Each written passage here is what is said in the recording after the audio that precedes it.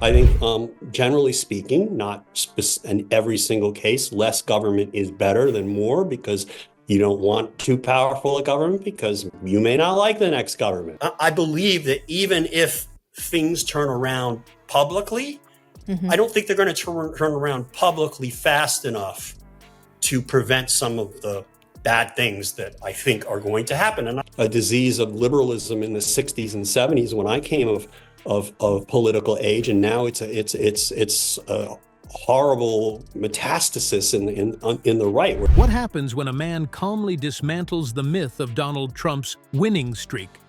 George Conway didn't just expose Trump's failures, he revealed a gaping hole in the Trump family dynamic, shining an unexpected spotlight on Melania. Could the First Lady be a silent casualty in a crumbling empire? Stick around to uncover the unwelcome truth. Before we move on, I'd like to ask you a small favor.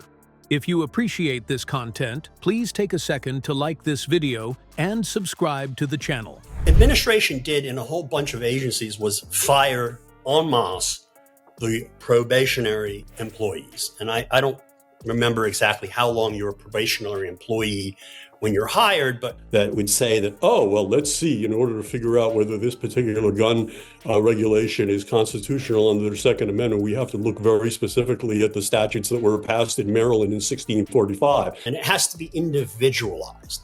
They did not do that because they just fired everybody en masse. They pretend that, oh, yes, we made a determination, but that's it's bullshit. Over 98% of you watch the videos without subscribing. It costs you nothing, but it makes a huge difference to us. So, did you click the subscribe button? Great. Thank you so much. Now, back to the video. George Conway's approach was a masterclass in how to take down a notoriously loud man without even raising your voice. While cable news is typically a circus of yelling and dramatic soundbites, Conway sat calmly, methodically dismantling Donald Trump's entire image with nothing but cold, hard facts. For a man like Trump who thrives on noise, whether it's rally cheers, reality TV antics, or his own outrageous tweets, this quiet, fact-based takedown was probably more disarming than a megaphone. Trump has always loved portraying himself as the ultimate winner. You've probably heard him brag endlessly about his tremendous business success, his ability to make deals, and that classic line about winning so much we might get tired of winning. But here's where Conway flipped the script. Instead of hurling insults or getting tangled in Trump's performative bluster, he simply walked the audience through a series of Trump's most devastating failures. One by one, Conway listed the kind of losses that would make anyone else hang their head in shame. Take the Trump Plaza Hotel and Casino, for instance, a towering symbol of excess in Atlantic City that Trump often described as a jewel in his empire. Conway pointed out how that so-called jewel filed for bankruptcy repeatedly. The casino's finances were such a mess that even Monopoly wouldn't be able to figure it out. Then came Trump University, a scam so egregious it led to a massive lawsuit and a whopping $25 million settlement that Trump grudgingly paid out. These weren't just small missteps or bad luck. Conway laid them out as the kind of winning history that makes you wonder how Trump managed to convince anyone he was good at business in the first place. The calm delivery made the blows hit even harder. Conway didn't just focus on the failures, he highlighted the inflated promises behind each one. Trump wasn't just losing money, he was misleading people, painting a picture of inevitable success right before the facade crumbled. It's one thing to go bankrupt, but to drag others into the fallout while pretending it's all part of some master plan. That's a whole different level of hubris, and Conway wasn't about to let it slide. The real genius of Conway's strategy was how it peeled back the carefully crafted winner image Trump has cultivated for decades. For years, Trump has relied on repetition. He keeps saying he's a winner until people just accept it as fact. But Conway didn't need slogans. He relied entirely on Trump's track record. And the more he unveiled, the more obvious it became that Trump's so-called empire was built on shaky ground. This wasn't just a critique, it was a demolition. What made this even more brutal was how Conway delivered it. Without raising his voice, without getting personal, he just stuck to the facts, leaving Trump with no room to yell fake news or spin the narrative. Trump, who thrives in chaos and confrontation, couldn't handle it. Conway's approach left no cracks to exploit, no emotional arguments to twist. It was like watching someone pop a balloon with a single pin, only in this case, that balloon was Trump's ego. Of course, Trump couldn't let this go unchallenged. Reports of his furious response circulated almost immediately, and before you knew it, the infamous Twitter meltdown was underway. He ranted, raved, and furiously accused Conway of being an irrelevant loser. Classic Trump deflection. But here's what made the whole thing ironic. In his desperate attempt to defend his reputation, Trump inadvertently proved Conway's exact point. The louder he got, the smaller and more insecure he looked. Conway's method was devastating for one simple reason. It was rooted in truth. Trump has spent years selling himself as invincible, a larger-than-life figure who can't lose. And yet, with nothing more than a calm recitation of the facts, Conway showed the world that Trump's entire persona is essentially an illusion. The financial losses, the lawsuits, the scams, these weren't outliers or unlucky breaks. They were patterns, glaring evidence that Trump's success story was always more storytelling than reality. But what truly sets this moment apart isn't just what Conway revealed about Trump. It's how those revelations rippled beyond Trump himself, right into the inner circle of people who helped sustain his mythology.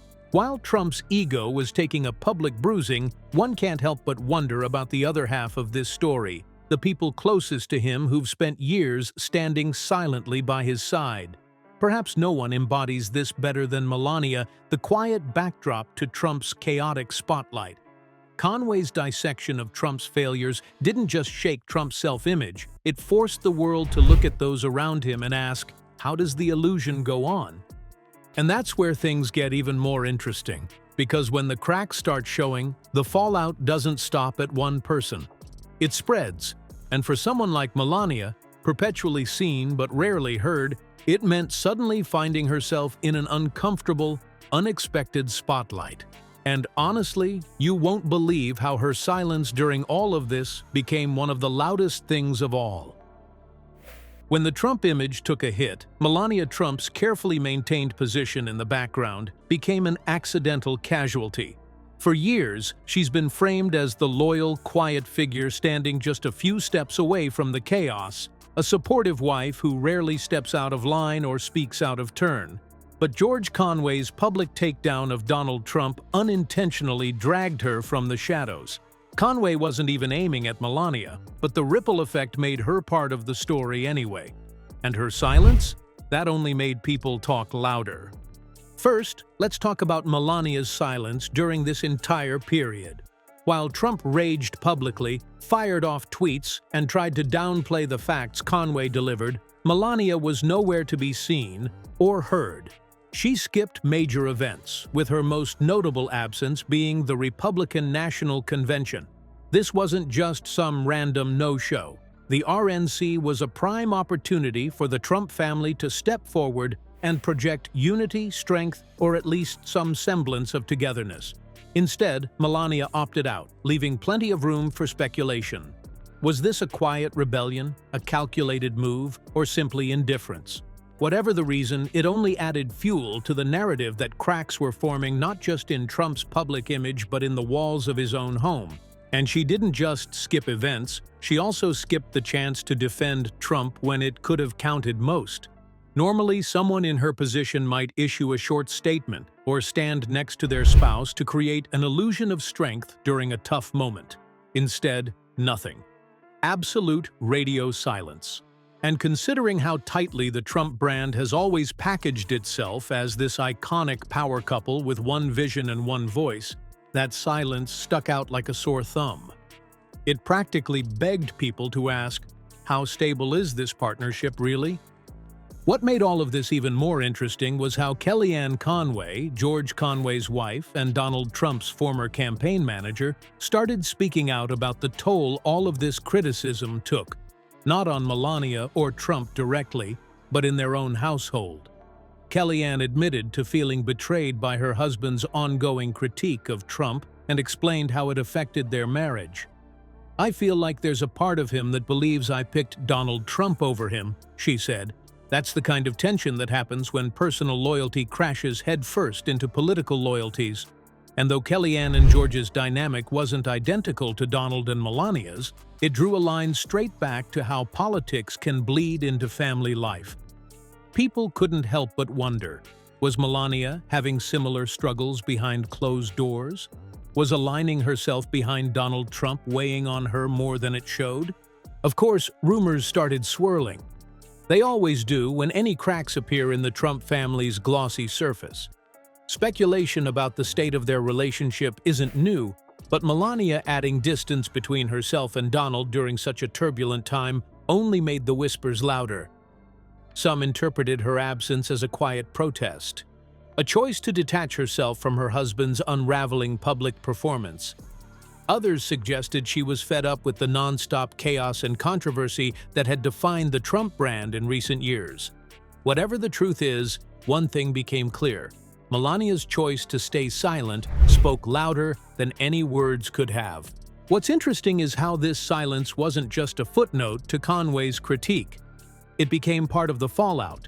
When Conway pulled apart Trump's myth of success, he didn't just weaken Trump's grip on his supporters. He also exposed how fragile the family structure propping him up might be.